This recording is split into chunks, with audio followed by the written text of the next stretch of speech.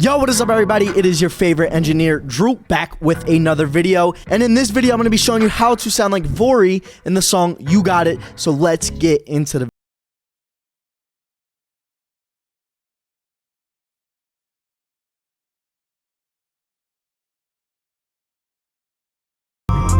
You got it, yo.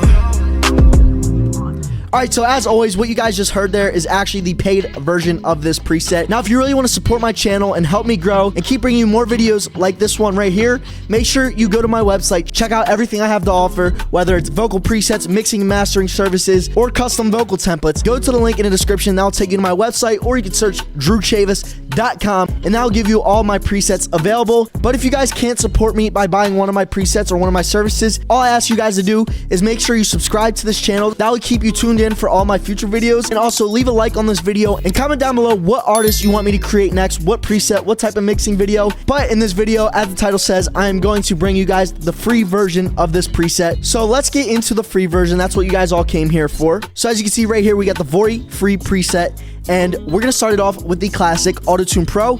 This is a staple. Unless you got beautiful singing voice and you can match every note, then you're most likely using Auto-Tune. Now, this style of vocals kind of got that smooth but kind of tuned sound to it. Very modern style vocal. I set it to the key of the beat, of course, so you're going to set it to whatever the key of your beat is, which in this case is F minor. And then all I did from there was set the retune speed to 6. I found that to be a good spot for my own vocal take.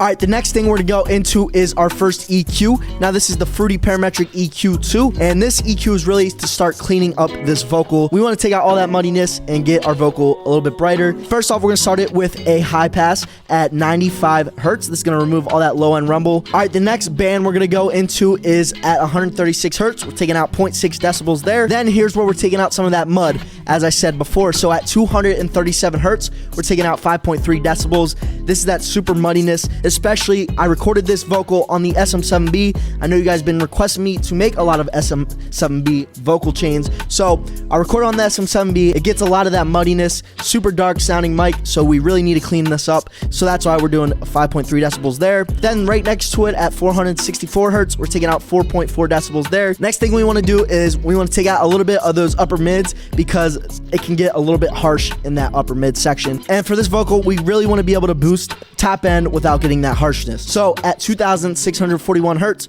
taking out 1.6 decibels there. Then at around 6,000 hertz, we're taking out 1.4 decibels, and I found that to just be a little bit more of that harshness on that high end. But then what we're going to do to make up for that is we're going to boost at 13K. We're going to boost it using a high shelf by 2.2 decibels. Like I said, it's just cleaning up everything, so let's hear it.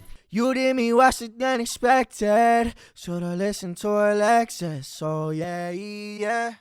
You did me worse than expected. You was young and you was reckless, so yeah. As you can see, when I started with the EQ off, you can tell that the vocal is a lot more muddy and has a lot more of those kind of weird frequencies standing out. But when I bring the EQ in, you're going to notice the vocal gets a lot more clear. All right, now the next plugin we're going to go into is our compressor. Now, like I said, we have two compressors here stacked. What these are going to do is really just start to level out our vocal. So this is kind of a heavier compressor right here. We're going to use -32.8 on the threshold. Then at the ratio, we're using 4.8 to 1. We're going to use a 7.1 millisecond attack, 387 millisecond release, but then we're going to boost it up by 11 decibels. This is going to add some of that volume back into this vocal and really bring it a little bit more up front in the mix. Then we're going to use the vintage type just to give it that kind of vintage character. Compressor number 2 is even heavier. We're going to use the threshold at -54.6, 2.2 to 1 on the ratio, 11.4 on the gain, 13 millisecond attack, 288 release, and vintage type once again. So what I'm going to do is I'm going to bypass both of these compressors and bring them back, and you can hear what they're doing.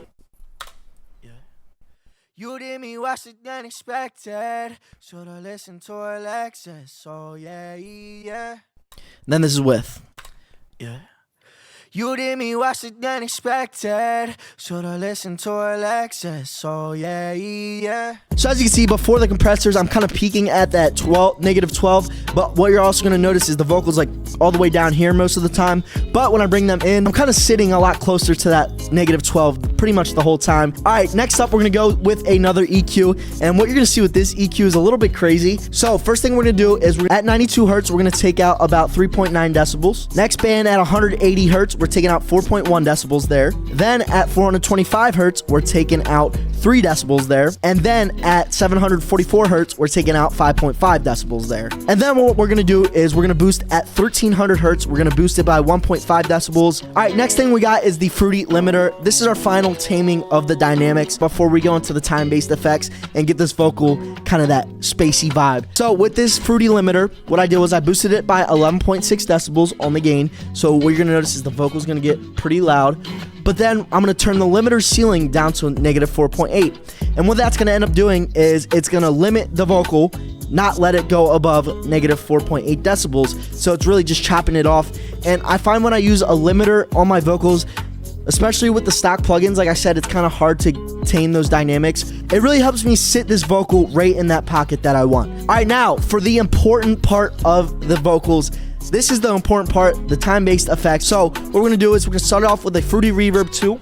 Now with this preset, I did the small studio preset. I turned the decay to 0.5 seconds. Pre-delays at 0, size is at 17, early reflections and dries at 100, wets at 75%. And this is really just gonna sit this vocal in a nice room. As it says, it's gonna sit in that studio sounding room. So very light reverb, very tight space, and it's just gonna give this vocal a little bit of dimension to it. Last thing we're gonna do with this plugin is turn the mix down to 18%. Next plugin we're gonna go into is the Fruity Flanges. All I did was drag it on, left it stock, and then drag the mix level to 17. All right, next thing, we're gonna put on the Fruity Delay 3. Make sure when you're doing this too, you gotta turn the pan. I ended up turning it to the right by 73.1%. It will most likely be in mono because your input signal is mono. And I didn't realize once your input signal is mono, you have to use this pan knob to get that stereo effect. Besides that, we're gonna turn it to ping pong mode.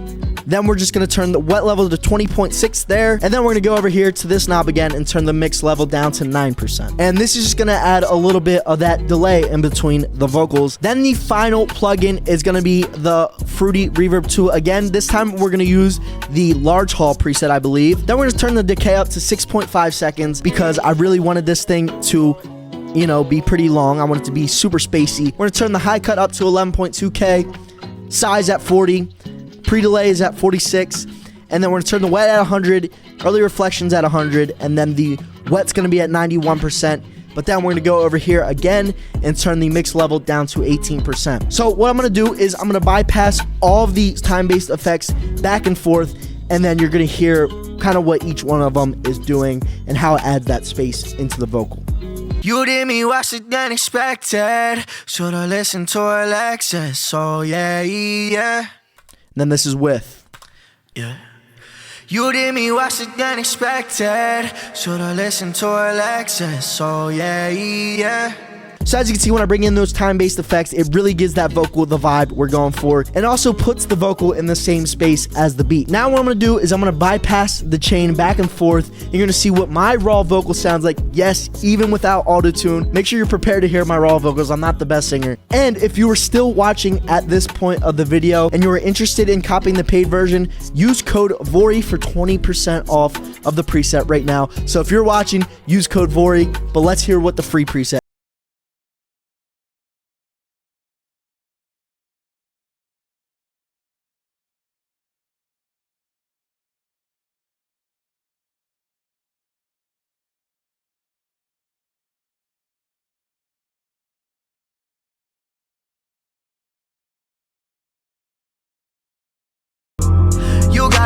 You got it, yo.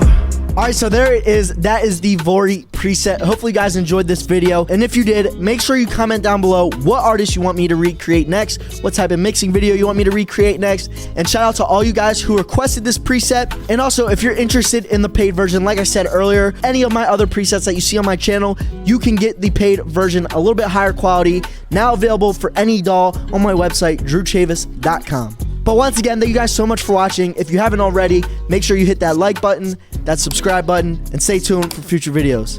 Thanks for watching. Peace.